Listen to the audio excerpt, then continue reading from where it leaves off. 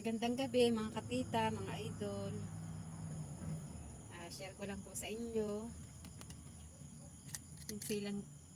yung siling pan po namin ay nasira po.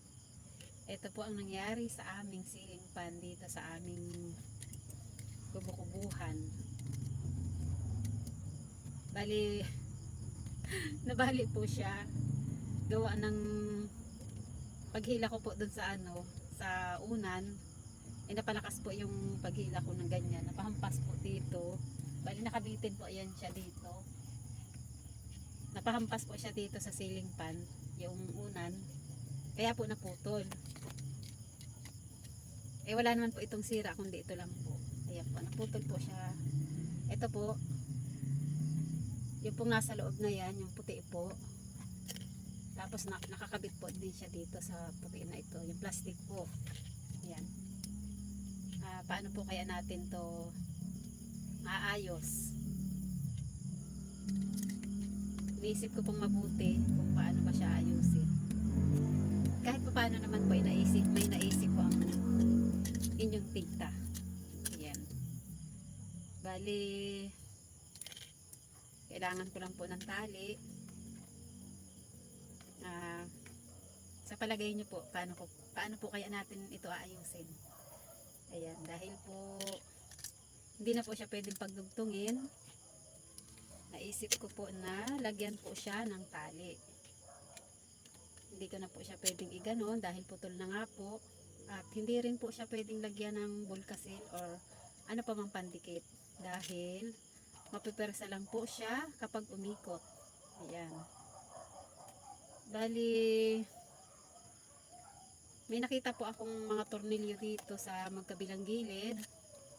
Ito po, may tornilyo po siya sa magkabilang gilid. Ayan po. Bali, ang gagawin po natin ay paluluwagin po natin. So, kailangan po natin ng ano po ba tawag dito? Screwdriver po yata ang tawag dito. Ayan, nalilito po kasi ako dito sa pantanggal ng tornilyo na ito. At saka po yung isa na lapad. Yung lapad po yung dito sa dulo. Parang yun po yung Phillips. Tapos ito po yata yung screwdriver. Ayan. Bali ito po ay paluluwagin po natin ng kaunti. Kaunti lang naman po. Ayan. Para po nang sa ganun ay meron pong kapag itinali ko po yung tali dito, kailangan po ang ating tali ay mahigpit na mahigpit. Yan. Bali may nakita po akong tali. Ito po siya. Yan. Kailangan ko po ng dalawang tali para po magamit natin. Tatalian po natin siya dito sa magkabila.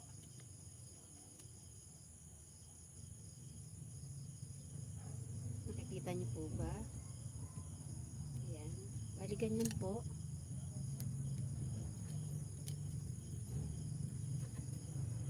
Bali isang tali po ay nakaano dito sa may tornilyo.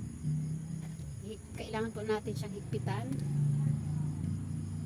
para po kapag umikot siya ay hindi siya matanggal. Tapos doblehin po natin yung pagkakabuhol. Ayan po, pantay na po siya. Tapos yun po, kailangan po inaandun siya sa baba ng tornilyo para hindi po siya matatanggal pag siya po ay umikot. Higpitan lang po natin mabuti. Pagkatapos po ay doblehin natin ang pagkakabuhol.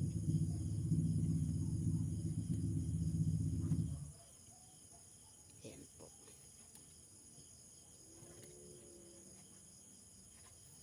At ganun din po ang gagawin natin doon sa kabila.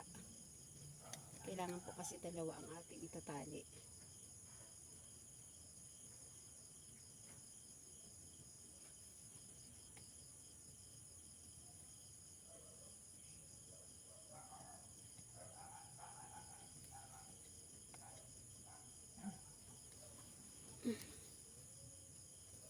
Ayan po, kailangan po mahigpit na mahigpit. At doblehin po natin ulit.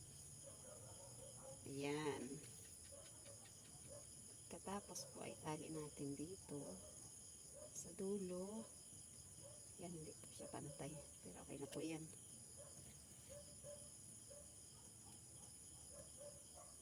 Pero po talaga siya. Ayan.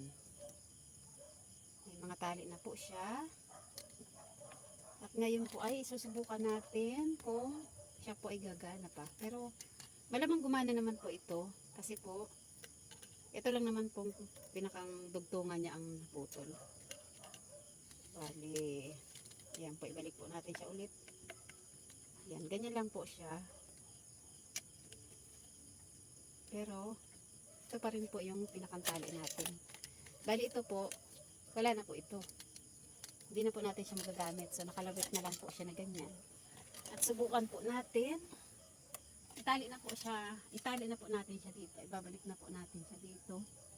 Dahil dito po talaga siya nakalagay. Dito po siya nakatali.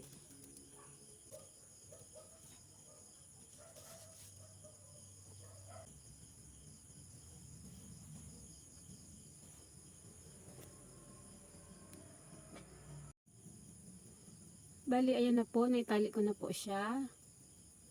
At iniligay ko po yung kable niya dyan sa may steel matting. At pagkatapos po itong pinakang pagsabit niya po, ito po yung pagsabit niya eh. Yan, nilagyan ko po siya ng sipit dyan sa may bakal. At ayan po, pupunta po siya doon sa saksakan. Ayan po. Try po natin kung umiikot po. Ayan po. Umiikot pa naman po siya.